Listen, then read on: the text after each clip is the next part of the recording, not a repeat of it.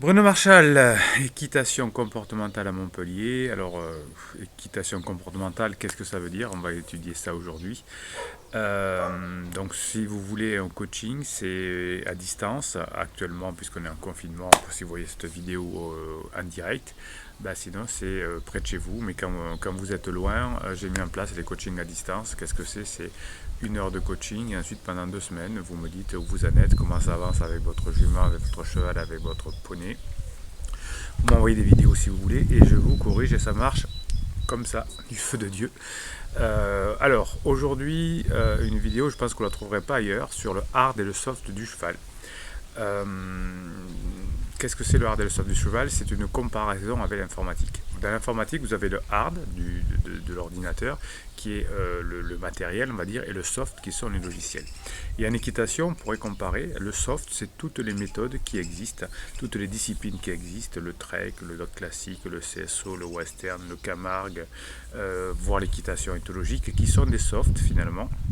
Et c'est pour ça que d'ailleurs, certaines personnes mettent les disciplines en comparaison, comme dans l'informatique, où il y en a qui disent que Excel est mieux qu'OpenOffice, ou qu'il vaut mieux utiliser Word qu'autre chose, ou que Photoshop c'est mieux qu'eux.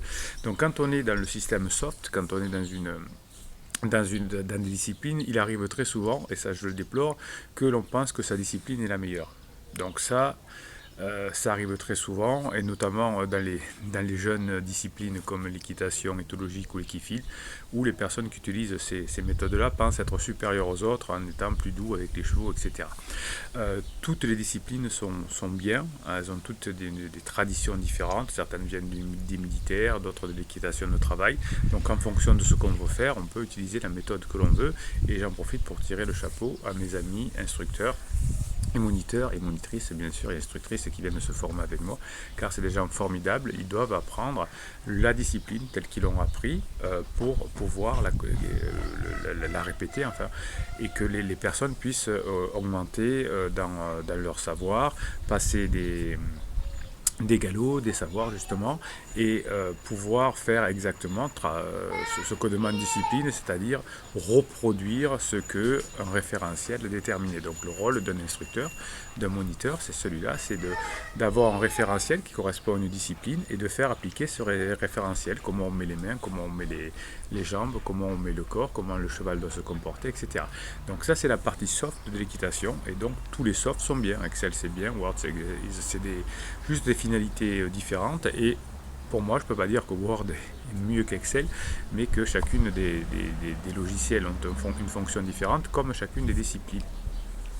Et donc ensuite il y a le hard, et ça c'est ma spécialité, c'est qu'est-ce qui fait fonctionner le cheval, qu'est-ce qui fait fonctionner le cavalier ensemble, et quels sont c'est ce hard là qui va être commun à toutes les disciplines, qui va être commun à tous les logiciels, puisque pour que Excel ou Word ou Publisher fonctionne, il faut qu'il y ait un hard.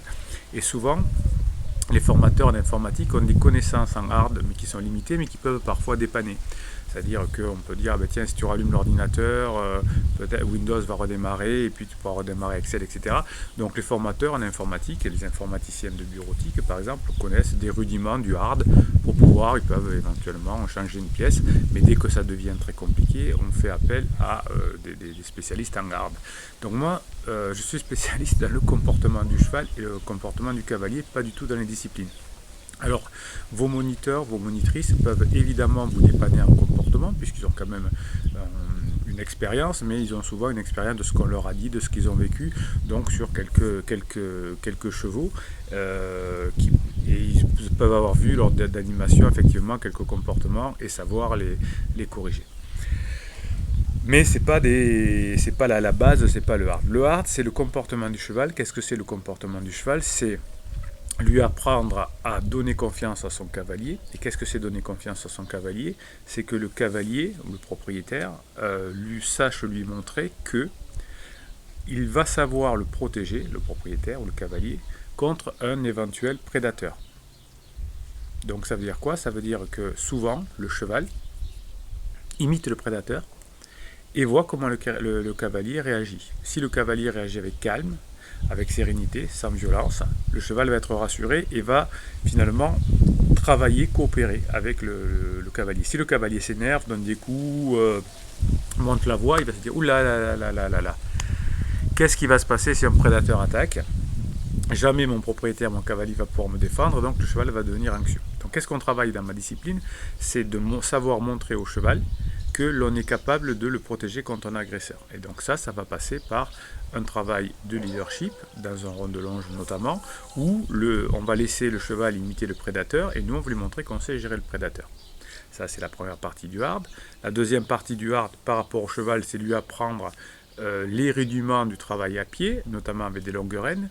Et une fois que le cheval saura ce que c'est les longues rênes, travailler sur ses assouplissements, flexion d'encolure, etc., chacune des disciplines pourra apprendre d'abord à pied ses codes. Hein, les mains du western ne sont pas les mêmes qu'en classique. Et donc on va pouvoir apprendre à pied les rudiments du code de sa discipline. On peut d'ailleurs apprendre plusieurs codes au cheval, plusieurs disciplines au cheval.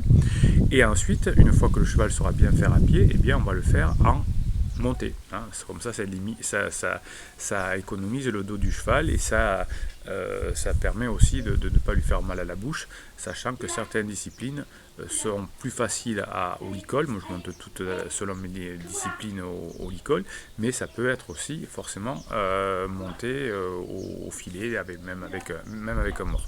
Donc ça, c'est la première partie du hard. La deuxième partie du hard, c'est le comportement du cavalier. Alors là aussi, en fonction des disciplines et de la sensibilité du moniteur, de l'instructeur, il peut avoir quelques données de base de fonctionnement du comportement du cavalier.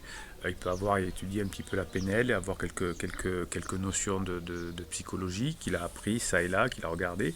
Et donc il va peut-être dire au cavalier qu'il faut qu'il soit calme, qu'il faut qu'il se détende, et va lui donner quelques petits conseils.